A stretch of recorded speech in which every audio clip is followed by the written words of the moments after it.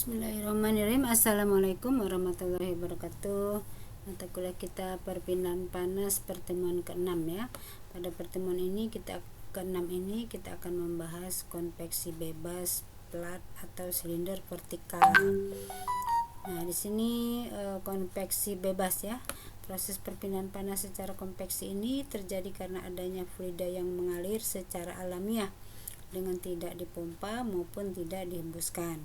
Fluida yang mengalir secara alamiah ini dapat terjadi karena memang adanya perubahan sifat fisis, terutama pada kerapatan masanya dan pengaruh dari gaya apungnya ya. Nah, singkatnya proses konveksi bebas ini adalah ketika perpindahan panas disebabkan oleh perbedaan suhu dan kerapatan masanya sehingga tidak ada tenaga dari luar yang mendorongnya. Contoh, adanya plat panas yang dibiarkan berada di udara sekitar tanpa ada sumber gerakan dari luar ya.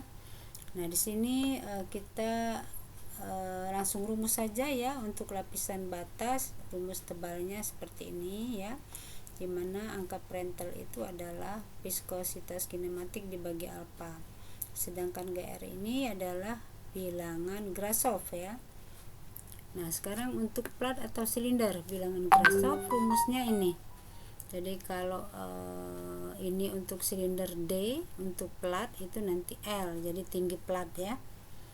Dimana G adalah percepatan gravitasi, ininya viskositas kinematik, ininya betanya itu adalah ekspansi, koefisien ekspansi volume atau seper TF ya. Kemudian ini adalah perbedaan suhu di sekitar suhu dinding dikurang perbedaan suhu sekitar. Nah, ini diameter untuk silinder, sedangkan L atau tinggi untuk plat ya. Nah, sekarang kita membahas tentang konveksi bebas pada plat rata vertikal.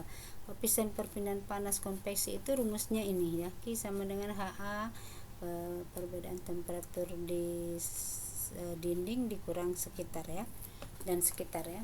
Nah, koefisien panas kalor konveksi bebas rata-rata untuk berbagai situasi dapat dinyatakan dengan bilangan Nusselt ya. Jadi bilangan Nusseltnya itu adalah C, lalu bilangan Grashof dikali Prandtl pangkat M. Nah, itu sama dengan rumusnya koefisien konveksi bebas dikali dengan L ya. L itu bisa tinggi kalau dia silinder kali D ya.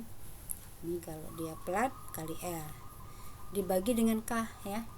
Dimana F ini menunjukkan bahwa sifat-sifat untuk gugus tidak berdimensi dievaluasi pada suhu film ya. Suhu film itu rumusnya temperatur di dinding ditambah temperatur di sekitar dibagi 2 ya. Nah, kemudian ada tadi perkalian antara Grashof. Nah, ini Grashof kali Prandtl itu disebut dengan bilangan Rayleigh ya, atau lambangnya A ya, GR bilangan Grashof.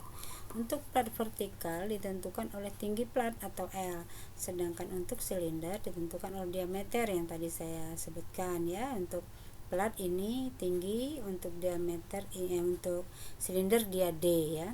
Sama untuk Grashof juga sama, untuk silinder dia D, untuk plat dia pakai tinggi nanti rumusnya ini ya. Nah, kemudian harga bilangan Rayleigh ya,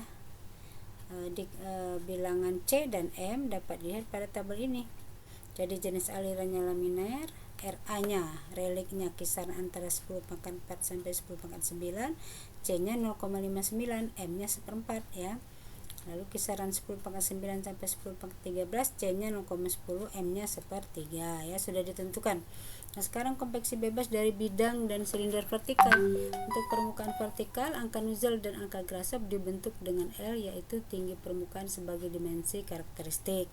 Jika tebal lapisan batas tidak besar dibanding dengan diameter silinder, maka perpindahan panas yang dapat dihitung sama dengan perhitungan untuk plat vertikal ya. Jadi silinder sama vertikal sama perhitungannya jika tebal lapisan batasnya tidak besar dibandingkan dengan diameter silinder ya.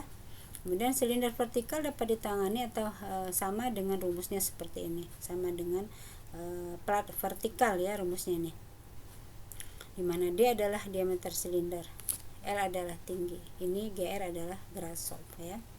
Nah, menurut Bailey bahwa angka nozzle itu rumusnya seperti ini. Angka nozzle sudah ada, C-nya sudah ada ya, M-nya sudah ada sepertiga. Nah, ada lagi rumus yang diturunkan oleh Churchill dan Chi ya. Dia dilihat dari rentang reliknya. Nah, seperti ini. Jadi kalau rentang relik, angka relik Grashof kali Prandtlnya itu disebut relik itu lebih kecil dari 10⁻⁹, maka harga nozzle-nya pakai rumus yang ini. Tetapi jika bilangan reliknya lebih besar dari 10⁻⁻1 dan lebih kecil dari 10⁻12, maka harga nozzle-nya pakai rumus ini ya. Nah, ini harga nozzle untuk permukaan isotermal ya. Harga Grashof ya, bukan nozzle, Grashof. Jadi GR kali Prandtl. Sini harga C-nya, ini harga M-nya. Nah, ini sifat-sifat udara ya. Nah, sekarang contoh soal, sebuah plat besar vertikal dijaga pada suhu 60 derajat Celcius dan mengalami udara atmosfer pada 10 derajat Celcius. Hitunglah perpindahan kalor konveksi bebas jika plat itu lebarnya 10 meter, tingginya 4 meter ya.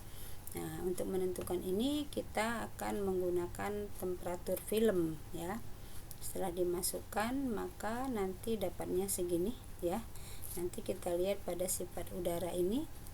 Nah, udara ini temperaturnya ini 308, berarti dia berada kisaran antara 300 sampai 350. Nanti dengan menggunakan interpolasi maka kita dapatkan angka-angka seperti ini. Ya, interpolasi sudah saya jelaskan, ada penjelasannya bagaimana cara mencari sifat-sifat udara dengan menggunakan interpolasi ya. Nah, setelah kita interpolasi akan kita dapatkan angka sifat-sifat udara ini seperti ini ya.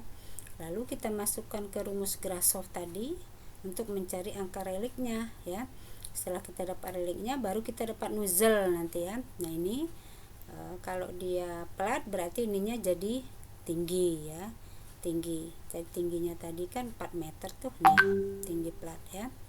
Jadi rumusnya tinggi. Setelah kita cari maka dapatlah bilangan relik atau Grashof kali Prandtlnya itu bilangan reliknya sebesar 10⁻11 di sini.